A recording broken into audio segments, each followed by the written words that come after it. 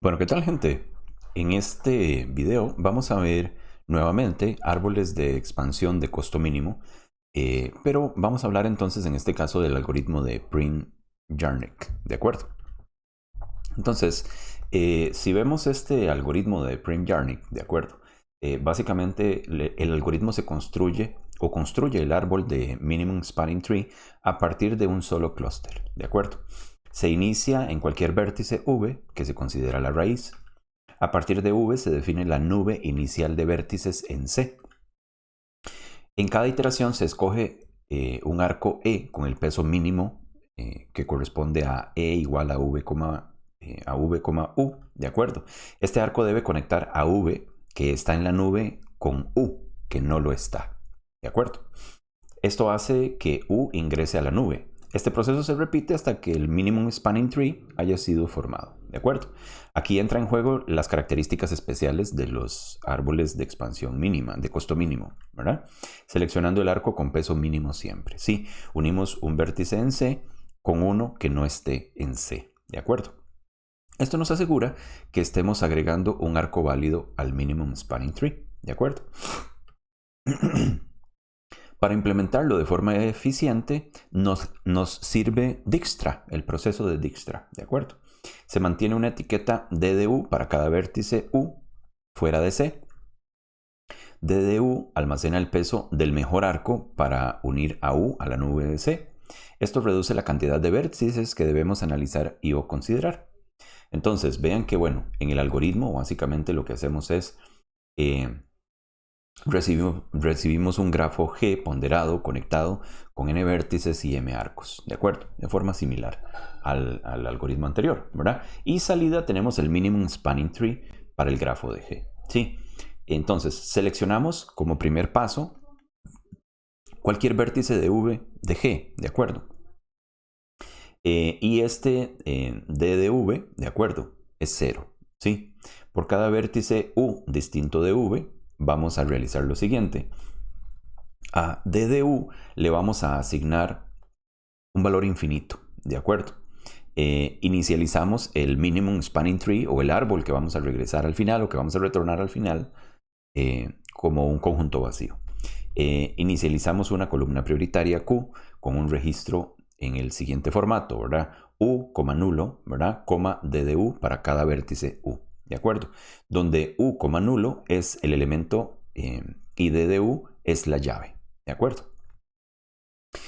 Mientras la cola prioritaria no esté vacía, ¿verdad? Vamos a hacer lo siguiente. En el par ordenado U, E, ¿verdad? Lo vamos a extraer y remover en el mismo paso, ¿verdad? De la cola prioritaria. Agregamos el vértice U y el arco E a T, ¿verdad? Que es lo que acabamos de extraer. Para cada vértice Z adyacente a U, tal que Z está en Q, vamos a hacer lo siguiente. Entonces, vea que hacemos el proceso de relajación del arco U, Z. Recuerden que la relajación del arco significa que vamos a en el efecto resorte, ¿verdad? Dejamos que el resorte regrese a su posición inicial. Entonces, si W en U, Z es menor que D de Z, entonces vamos a hacer la reasignación, ¿verdad? Le decimos a D de Z que obtenga el valor del peso de U, Z, cambiando a Z, U, Z, el elemento del vértice Z en Q. Y cambiamos a D de Z, que es la llave del vértice Z en Q. Cuando finalizamos el proceso, ¿verdad? Que es un ciclo, entonces retornamos el árbol. ¿Sí? Entonces, cuando hablamos de complejidad, bueno, si implementamos el algoritmo sobre una cola prioritaria, tenemos una estructura que está al tanto de las ubicaciones de las entradas. Podemos extraer el vértice U en cada iteración en un tiempo de O logaritmo de n. ¿De acuerdo? Podemos actualizar cada D de Z del mismo modo en tiempo O logaritmo de n. Si se hace al menos una vez por cada arco U, Z, y los demás pasos se pueden ejecutar en tiempo constante. Por tanto, el tiempo total de ejecución es OM logaritmo de n, ¿de acuerdo? Veamos la implementación, ¿de acuerdo? Entonces, vean que, bueno, tenemos este dibujillo por ahí. Vamos a simplificar, ¿de acuerdo? Usando una matriz de adyacencia. En cada locación se define el peso y se maneja básicamente un arreglo. Este almacena los vértices visitados para llevar el control de los vértices agregados a la nube. Sí, entonces por ahí tenemos la construcción del grafo y tenemos la matriz de adyacencia. De acuerdo, en este caso, vean que bueno, tenemos el grafo de v, ¿verdad? Tiene que ser las matrices de adyacencia tienen que ser cuadradas, ¿cierto? Y por ahí, bueno, vamos a hacer el constructorcillo, la llave mínima, ¿verdad? Y que recibe dos parámetros. El primero es las llaves, ¿verdad? Que es un arreglo de tipo entero. Y el minimum spanning tree set, ¿verdad? Que también es un arreglo unidimensional de tipo booleano. Por aquí tenemos lo que vemos como la impresión del minimum spanning tree, ¿verdad? A partir de un padre. Y vamos a utilizar el algoritmo de Prim, ¿verdad? Debería de decir Prim Jarnik, ¿verdad? Pero bueno, aquí por simplificarlo un poco, solamente se le pone el nombre del primer autor, que es ya el cálculo del minimum spanning tree. Particularmente, bueno, vean, aquí está el constructorcillo, ¿verdad? Y lo que vamos a hacer es que vamos a asegurarnos que todos los valores estén correspondientemente invertidos, ¿verdad? Vean que, bueno, invertidos no, disculpen, lo que estoy haciendo es repartiendo valores como tal, ¿verdad? Por ahí están, buscamos la llave mínima. Recuerden que tenemos un valor entero máximo, ya sabemos cómo definir eso, ¿verdad?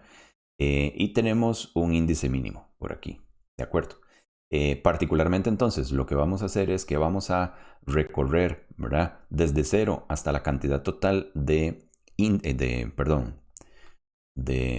vértices, ¿de acuerdo? Y vamos a ir posición por posición, ¿verdad? Tanto en el set del minimum spanning tree como en las llaves, ¿verdad? Y vamos a ir a verificar si el valor es falso y si la llave es menor que el valor mínimo. Si esto es así, entonces vamos a asignarle a ese valor mínimo el valor de la llave en la posición V y vamos a asignarle al índice mínimo ese valor correspondiente de V, ¿sí? Y retornamos el valor del índice mínimo, ¿de acuerdo? Para hacer el proceso de impresión, básicamente lo que vamos a hacer es una impresioncilla barata, ¿verdad? Ahí tenemos un cout para salida en pantalla. Podemos convertir este método en string y hacer que se convierta en algo así como un toString perfectamente. No hay mayor problema. Y pues de ese lado lo simplificamos. El procesillo acá, ¿verdad? Es básicamente lo que se pone tal vez interesante, ¿sí? Precisamente porque analizamos entonces 3 tipos de arreglillos, ¿verdad? Parent, llaves y el minimum spanning tree set, ¿verdad? Entero, ¿cómo se llama? Booleano. Por aquí nos aseguramos que toda la información esté correspondientemente seteada, ¿verdad? Con el valor máximo entero y todo absolutamente en falso. Asignamos la llave 0 con el valor 0, el parent 0 con el valor -1, que son valores iniciales de arranque, y empezamos el proceso. Vamos a ir a trabajar para todos los vértices, ¿verdad? Lo que vamos a hacer es que vamos a encontrar el valor mínimo, ¿verdad? Tanto para la llave como el correspondiente minimum spanning tree set, ¿verdad? Y una vez que recibimos el valor mínimo para esa U correspondiente, le ponemos el valor de verdadero, ¿sí?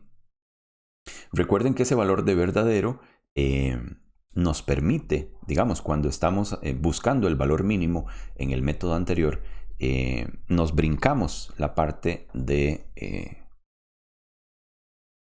nos brincamos esta parte, ¿verdad? De asignación. Cuando aquí es verdadero, ya no necesitamos agregar ese valor, ¿verdad? Entonces, precisamente por eso es que le colocamos ese valorcillo verdadero y hacemos un recorrido interno, un for adicional, ¿verdad? Precisamente para hacer una segunda verificación, ¿verdad? En donde analizamos que si el grafo en la posición U, V existe, ¿verdad?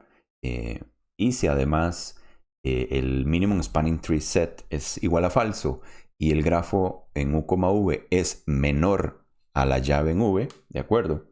Entonces asignamos el padre de V que sea igual a U y a la llave de V le asignamos el valor que está en el grafo U, V, ¿de acuerdo?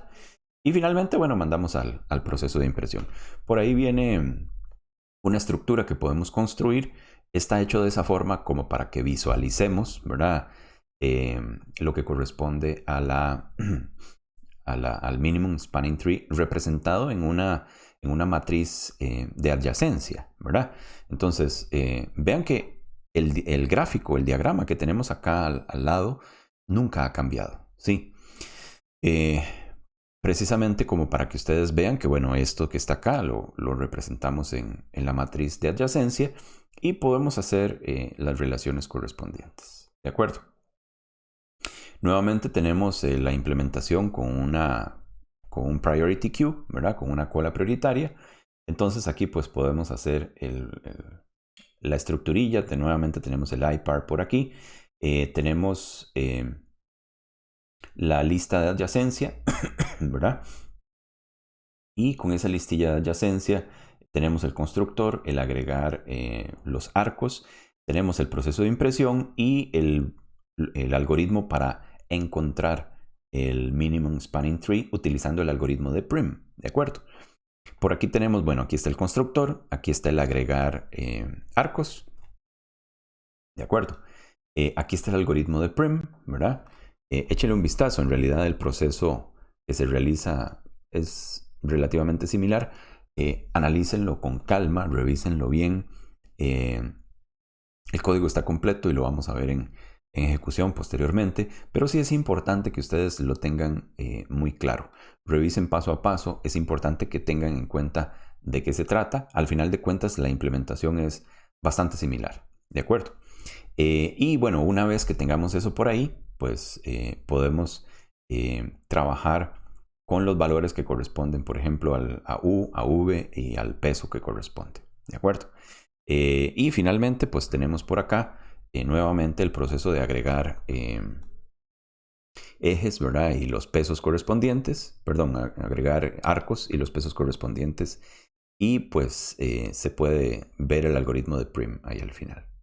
Bien, al final de cuentas, ¿verdad? Que era básicamente esta parte para finalizar lo que corresponde a grafos o a la teoría de grafos. Es importante que ustedes se tomen su tiempo para completar su propia versión del ejercicio propuesto. Trabajen por aquí con relativa calma. Recuerden nuevamente, ¿verdad? Las presentaciones están en PDF en el espacio donde compartimos esa información para el curso.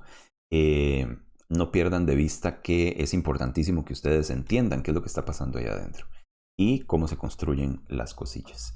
Bien, gente, bueno, básicamente esta era la parte final de grafos que les quería mostrar a nivel teórico. Espero les haya sido de mucha ayuda y nos estamos viendo en próximos videos.